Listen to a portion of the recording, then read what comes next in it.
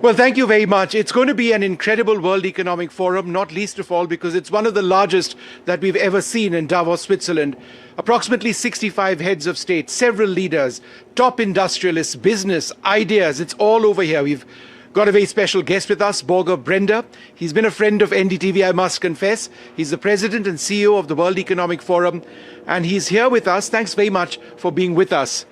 Mr. Brende, first point, and this is based on your global risks report, which I found fascinating this year. It's a real reality check. You're looking at state-armed conflict as a top risk for the next couple of years. You're also looking potentially at the escalation of geopolitical tensions. What we are now seeing between the United States and Europe is perhaps something that destroys the basis on the relationship between both sides across the Atlantic. Is that a big concern for you? So we will see during this week in Davos a lot of dialogues between the European leaders. They're all here.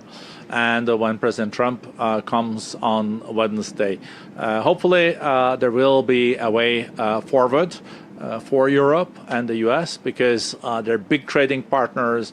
They also have collaboration in many areas. But it's up to the leaders now to find a path together. Spoken like a true diplomat, but let me push you a little bit more as a former foreign minister of Norway. Norway is one of the countries which has actually said that the sovereignty and integrity of European nations, and of course we are talking about Greenland and Denmark, they must remain intact. And just yesterday we've heard Donald Trump, the US president, say that there would be sanctions on those countries who oppose his plans in Greenland.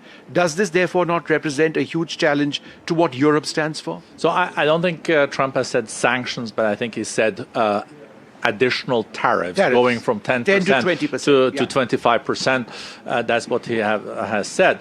We know that things can also change very fast, and we were expecting tariffs to have much more impact on the global economy this year, and we've seen that there are new tariffs, but they're lower than expected.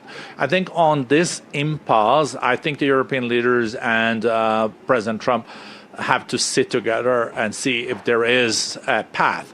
The World Economic Forum is not a political organization. We are an impartial organization, but our platform is available, and we do hope that they will make progress and they can start to move the world forward together. Are you optimistic that that will happen over here, considering that all of these European leaders will be here, the US president will be here as well? So the path to peace, which is what we ultimately want, will be decided at the WEF? We do hope that there will be progress, but before this latest incident, we were planning also constructive talks on how to end the almost 4 years war now in Ukraine. Yes. We also were looking forward on a launch of the second phase of the reconstruction of Gaza. Yes. And now this will come on top of it with the tariffs. We also know that Iran is still there on many minds because what has been unfolding. We know that Yemen is also there. We know that Latin America is a hotter topic than it has been in the last years. So this Davos, with all the 65 heads of states and government, maybe 6 out of 7 G7 leaders, will be very interesting. Interesting times, maybe too interesting times. Maybe too interesting. Misinformation and disinformation, that's a huge challenge, and that's what your global risks report speaks out about as well. Then, of course, linked to that is AI. And therefore, how do you see this, given how fast AI is disseminated, particularly on social media, as being a fundamental threat which we around the world face? You can look at it as glass half full or half empty. How do you look at it? I would say that without the frontier technologies and AI, the growth globally would have been much less last year. What is now driving the global economy with $1.5 trillion in investments last year is artificial intelligence and the frontier technologies. We just have to make sure that they work for humankind. AI can accelerate processes in research and development that we have not seen in our lifetime. Look at cancer and in medicine, things that could have taken 25 years to research, you can maybe now do in 5 years. You can also have screening of people done by AI that is more accurate than the human eye can do. But then, of course, you can use it also for bad purposes. Yes. And that is the challenge. Weaponizing AI. Right? Yes, exactly. You can even see AI now in autonomous weapons. Exactly. And this is also a scary picture.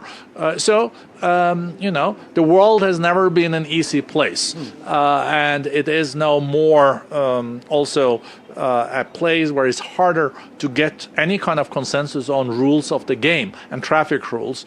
So let's see. But I'm hopeful that in the coming decades, the new technologies is what is going to drive growth. Trade used to be the driving force, but now it's the new technologies.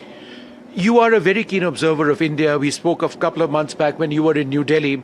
And there's one theme which remains, that of tariffs. India faces a great deal of tariffs from the United States, 50%. It could go up substantially because of our trade with Iran, for example.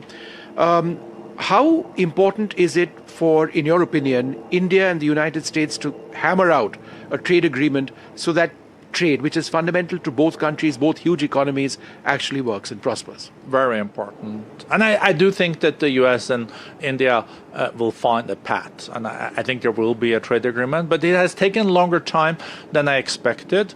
But of course, this has led, though, to acceleration of reforms, economic reforms in India, that is again important for future growth. In the last months, there come then concrete reforms from the Modi government that I did expect, but not so fast and so forcefully.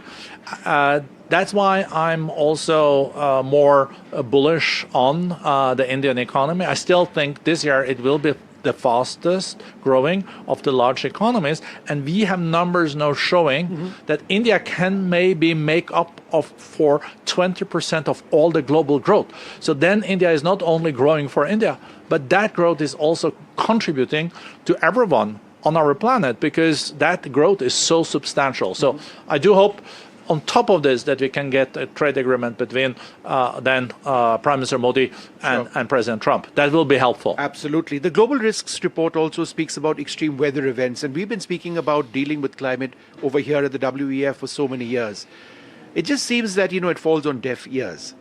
But how this year is extreme climate events, led primarily by what we see all around us, absolutely critical, because it's not an option. We are looking at global temperatures going above that 1.5 degree centigrade limit.